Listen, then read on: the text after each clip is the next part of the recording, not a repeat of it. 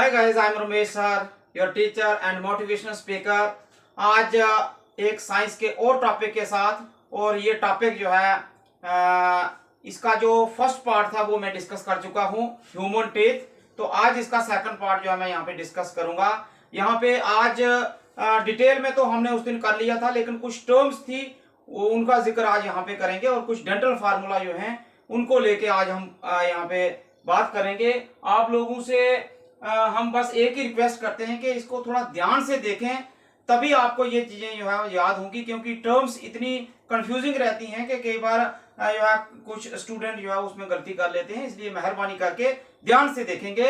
सबसे पहले अगर आप टॉप पे देखेंगे तो हमने लिखा एक्रोडॉन्ट, दूसरे नंबर पे हमने लिखा प्लीरोडॉन्ट, तीसरे पे हमने लिखा थिकोडॉन्ट, चौथे नंबर पे हमने होमोडॉन्ट की बात करनी है, पांचवें नंबर पे हमने हीट्रोडॉन्ट की बात करनी है, और छठे नंबर पे मोनोफायोडॉन्ट, सातवें पे डाइफायोडॉन्ट, और आठवें नंबर पे हमने बात करनी है पॉलीफायोडॉन्ट। सो ये कुछ ऐसी टर्म्स हैं जो टीथ के केस में आपको देखने को मिलेंगी। और जब हम टीथ की बात करेंगे तो यहाँ पे आज जो बात होगी ये बात होगी जर्नल टीथ की। हम खाली ह्यूमन टीथ की बात नहीं करेंगे। तो सबसे पहले जो है बिना वक्त को गवाए हुए हम स्टार्ट करेंगे एक्रोडॉन्ट। एक्रोडॉन्ट की अगर मैं आपको बात बताऊं तो ये एक्रोडॉन्ट, प्लूरोडॉन्ट और थिकोडॉन्ट जो है ये अरेंजमेंट के बेसिस के ऊपर जो है दांतों की उनको डिवाइड किया गया है। On the basis of arrangement of teeth they are divided into three categories, and these three categories are acrodont, pleurodont and thicodont. तो एक्रोडॉन्ट क्या होता है अगर आप देखेंगे तो एक्रोडॉन्ट के केस में इस प्रकार से जो है दांत जो होगा वो ऊपर ही अटैच होगा, और ये वीक जो है वो माना जाता है। हम ये चीज जो है कहां देख सकते हैं, एम्फीबियन के केस में। एम्फीबियन के केस में जो दांत रहता है वो ऊपर होता है और सॉकेट नहीं होती है, और ये जो होता है बड़ा वीक होता है, ये टूटने का इनका खतरा रहता है। तो इस प्रकार से दूसरी बात अगर हम करेंगे प्लूरोडॉन्ट की, तो प्लूरोडॉन्ट जो होता है ये भी इसी प्रकार से होता है। इतना ज्यादा ये स्ट्रांग ये भी नहीं होता, लेकिन इससे ज्यादा इस कंपैरिजन में ज्यादा स्ट्रांग रहता है ये प्लूरोडॉन्ट। और इसकी अटैचमेंट ऐसे साइड से होती है, ऐसे साइड से जो है इसकी अटैचमेंट होती है। और ये भी जो दांत होता है ये दांत भी जो है वो इतना स्ट्रांग नहीं होता है। इसलिए आप लोग थोड़ा ध्यान से देखेंगे कि जो एक्रोडॉन्ट है, एक्रोडॉन्ट की एग्जांपल हमारे पास अगर हम बात करेंगे तो एम्फीबियन के केस में ये देखी गई है। और प्लूरोडॉन्ट की अगर हम बात करेंगे तो ये साइड पे जो है इसकी अटैचमेंट रहती है, यहाँ पे साइड पे इसकी अटैचमेंट रहती है, और ये भी इतना स्ट्रांग नहीं होता, but it is stronger than acrodont. Acrodont जो है वो सबसे वीक रहता है और प्लूरोडॉन्ट उससे थोड़ा स्ट्रांग रहता है। और ये प्लूरोडॉन्ट की एग्जांपल जो है वो लिजर्ड में देखी गई है। उसके बाद आ जाता है थिकोडॉन्ट। तो ये ध्यान से देखेंगे आप, थिकोडॉन्ट की अगर हम बात करेंगे तो थिकोडॉन्ट जो होता है ये इस तरह की अटैचमेंट में रहता है। मान लो ये वाला तो ये दांत है, ये इस तरह की अटैचमेंट में रहता है, और ये अटैचमेंट जो होती है ये सॉकेट लाइक स्ट्रक्चर में जो है ये अटैच होता है। Thecodont example can be seen in case of human being के केस में ये देखने को मिलती है। और खास करके हम मैमल के केस में बात करेंगे। In mammalian case you see the thecodont arrangement. Thecodont जो है आपको मैमेलियन के केस में मिलेगा, और ह्यूमन बीइंग के केस में भी ये अटैचमेंट रहती है। और यहाँ पे एक चीज और जो है वो आपको मैं बता दूं कि ये जो अटैचमेंट रहती है ये बड़ा फर्मली अटैच होता है, और ये एक मटेरियल यहाँ पे होता है जिसको बोलते हैं सीमेंटम। ये एक सीमेंटम मटेरियल से जो है वो अटैच होता है। और हम अगर बात करेंगे तो ये सबसे कमजोर दांत होते हैं, ये उससे थोड़ा स्ट्रांग, और ये सबसे स्ट्रांग। तो इस प्रकार से एक्रोडॉन्ट, प्लूरोडॉन्ट और थिकोडॉन्ट की हमने बात बताई है। एक्रोडॉन्ट की एग्जांपल जो है एम्फीबियन की है। प्लूरोडॉन्ट की एग्जांपल अगर आप देखेंगे तो इसमें लिजर्ड आप ले सकते हैं।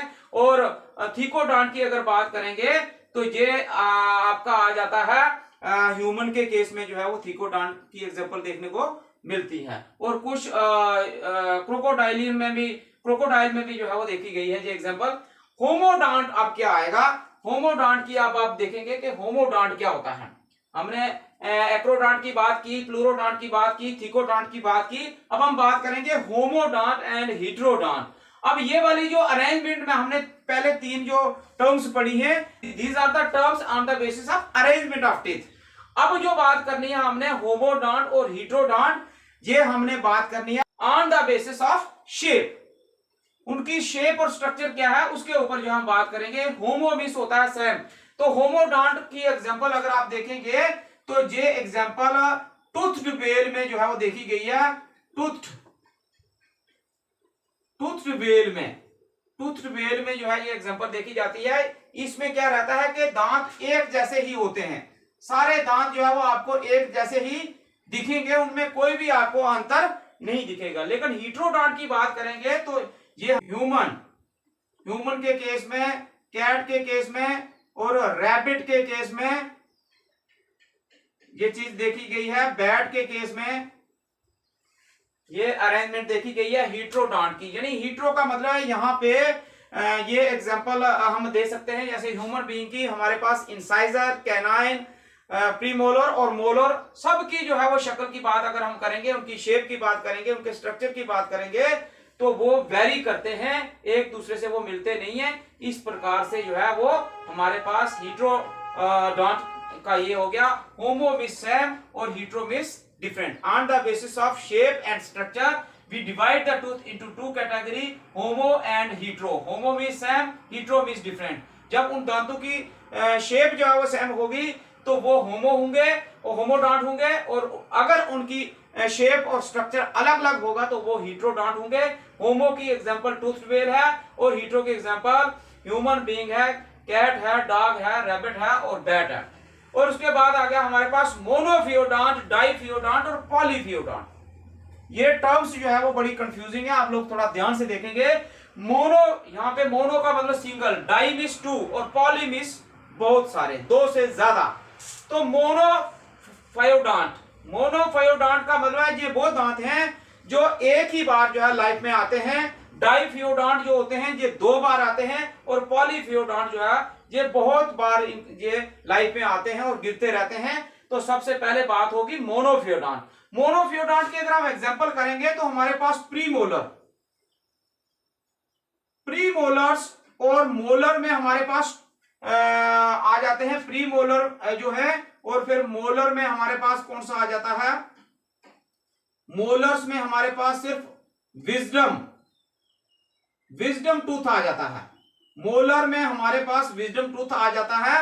ये मिल मिला के प्री मोलर हमारे पास 8, मैंने पिछली वीडियो में भी बात किया, और 4 हमारे पास विजडम टूथ जो आ जाते हैं, तो मेल मिला के ये 12 बनते हैं, और 12 जो है उनको मोनोफियोडांट कहा जाता है, क्योंकि लाइफ में ये एक ही बार आते हैं। ये क्वेश्चन KS के एग्जाम में कई बार जो है पूछा गया है कि मोनोफियोडांट की एग्जांपल बताओ, तो मोनोफियोडांट की एग्जांपल वहां पे कैनाइन भी लिखी हुई मिलेगी आपको, इंसाइजर भी मिलेंगे आपको, मोलर भी खाली मिलेंगे आपको, प्रीमोलर भी मिलेंगे और प्रीमोलर्स भी मिलेंगे, और वहां पे आपको प्रीमोलर्स एंड मोलर भी मिलेंगे। जब प्रीमोलर्स एंड मोलर वाला ऑप्शन आएगा तो आपने उसको ठीक करना है, क्योंकि यहाँ पे जो मोनोफियोडांट हैं ये वो दांत हैं जो लाइफ में एक बार आते हैं, और जो एक बार ही आते हैं वो हमारे पास प्रीमोलर हैं, क्योंकि बच्चे में ये देखने को नहीं मिलते, अडल्ट में ये आते हैं। और विजडम टूथ की बात करें तो ये तो बड़ी लेटेस्ट स्टेज में जो है वो देखने को मिलती है। लास्ट वाला जो है दांत होता है हमारा, और लोअर जॉ में और अपर जॉ में, तो इसलिए आपने ध्यान से देखना है कि मोनोफियोडांट के नंबर अगर हम देखेंगे तो ये 12 दांत हैं ह्यूमन के केस में। और डाइफियोडांट की बात करेंगे अब हम। डाइफियोडांट, ये जो 12 दांत जो हमने डिस्कस किए, इनको छोड़ के, क्योंकि हमें पता है कि टोटल जो है एक अडल्ट में 32 दांत होते हैं, तो ये 12 निकाल के 20 दांत जो होते हैं, जिनको हम मिल्क टीथ भी कहते हैं, जिनको हम बेबी टीथ भी कहते हैं, जिनको हम डेसिडुअस टीथ भी कहते हैं, और जिनको हम लेक्टियल टूथ भी कहते हैं। जो मर्जी कहो, लेकिन वो 20 दांत हैं, और वो 20 दांत जो है लाइफ में 2 बार वापस आते हैं। और ये कौन से दांत हैं? जिसमें इंसाइजर आ गए। जैसे इंसाइजर की बात करेंगे तो इंसाइजर हमारे पास 4 नीचे और 4 ऊपर, 8 हमारे पास इंसाइजर आ गए। उसके बाद कैनाइन आ गए हमारे पास, 2 नीचे 2 ऊपर 4, और उसके बाद हमारे पास मोलर की बात करेंगे तो मोलर कितने आगे, क्योंकि लास्ट वाला जो मोलर है, यानी लास्ट वाला जो मोलर टूथ है जिसको हम विजडम टूथ कहते हैं, उसको छोड़ के बाकी बचते हैं 4 नीचे और 4 ऊपर, 8। तो 8 8 16 और 4 20। ये जो 20 दांत हैं ये डाइफियोडांट हैं। याद रखें आप लोग, इस तरह की एग्जाम्पलें पूछी जा सकती हैं। और उसके बाद पॉलीफियोडांट की बात करेंगे तो पॉलीफियोडांट ये गिरते रहते हैं और वापस आते रहते हैं। और एक बात और खास करके आप अगर ध्यान रखेंगे तो ये जो पॉलीफियोडांट है और मोनोफियोडांट है और डाइफियोडांट है, ये दांतों का ओरिजिन यानी दांत कब आते हैं कब गिरते हैं उनके बेसिस के ऊपर जो है ये डिमार्केशन हम दे रहे हैं। और ये हम कैटेगरी आपको बता रहे हैं, मोनोफियोडांट हो गया, डाइफियोडांट। और पॉलीफियोडांट जो है ये नॉन मैमलिन के केस में देखा गया है। नॉन मैमलिन के केस में, नॉन मैमलिन के केस में ये देखा गया है। तो इस प्रकार से हमने ये टर्म्स जो है वो डिस्कस की हैं। थोड़ा फिर मैं रिवाइज आपको करवाता हूं। एक्रोडांट, प्लूरोडांट, थीकोडांट। एक्रोडांट जो होता है ये एम्फीबियन के केस में, और इसकी मजबूती बड़ी कम होती है, ये दांत ज्यादा मजबूत नहीं होता है, आसानी से गिर जाता है, और ये फ्रेमवर्क के बिल्कुल ऊपर होता है। और प्लूरोडांट जो डांट होता है ये साइड पे जो है दांत होता है, और ये साइड पे होते हुए इससे थोड़ा स्ट्रांग होता है। पर एक चीज का खास ध्यान रखें कि प्लूरोडांट की बात अगर हम करेंगे तो प्लूरोडांट लिजर्ड के केस में देखने को मिला है। थीकोडांट की बात करेंगे ये ह्यूमन के केस में है, और ह्यूमन के केस में ये सॉकेट के अंदर रहता है, और सॉकेट के बीच में एक लिगामेंट रहता है, उस लिगामेंट को बोलते हैं सीमेंटम। तो सीमेंटम के साथ जो जुड़ा हुआ होता है ये ज्यादा मजबूत होता है इसके कंपैरिजन में और इसके कंपैरिजन में। तो एक जैसे दांत जब दिखेंगे तो उसको होमोडांट कहा जाता है, और ये टूथ रिवेल में देखा गया है। हीट्रोडांट की बात करेंगे तो ये ह्यूमन के केस में देखा गया है, क्योंकि यहाँ पे इंसाइजर्स, कैनाइंस, कैट के केस में, रैट के केस में, रैबिट के केस में, डॉग के केस में, बैट के केस में ये देखा गया है। और उसके बाद मोनो, डाई और पॉली की बात हमने अभी थोड़ी देर पहले की है। और ये अगर आप देखेंगे तो मोनोफियोडांट जो है ये ह्यूमन के केस में 12 दांत हैं, प्रीमोलर और विजडम टूथ मिला के। डाइफियोडांट्स जो 20 जो टीथ हैं, जिस प्रकार से हमारे पास मिल्क टीथ जिनको हम कहते हैं, जिनको हम लैक्टियल टीथ कहते हैं, जिनको हम बेबी टीथ कहते हैं, और जिनको हम डेसिडुअस टीथ कहते हैं, वो हमारे पास आ जाते हैं 20। और पॉलीफियोडांट की एग्जांपल जो है नॉन मैमलिन के केस में ये देखा गया है, बार बार ये दांत जो है वो आते हैं और गिरते रहते हैं। इसी प्रकार से आपकी ये टर्म्स जो इंपॉर्टेंट है ये आज मैंने डिस्कस की हैं, आप लोग इनको अच्छे ढंग से मेमोराइज करें।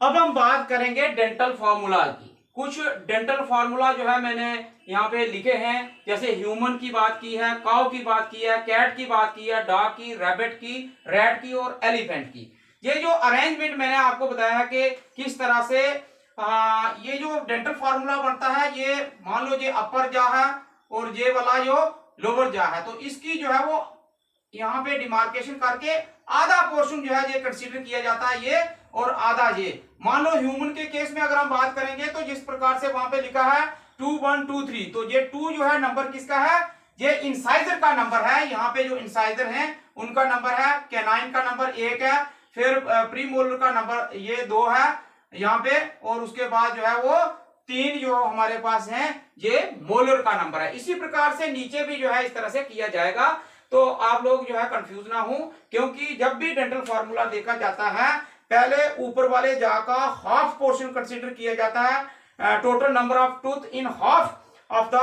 अपर jaw and total number of teeth in half of the lower जा।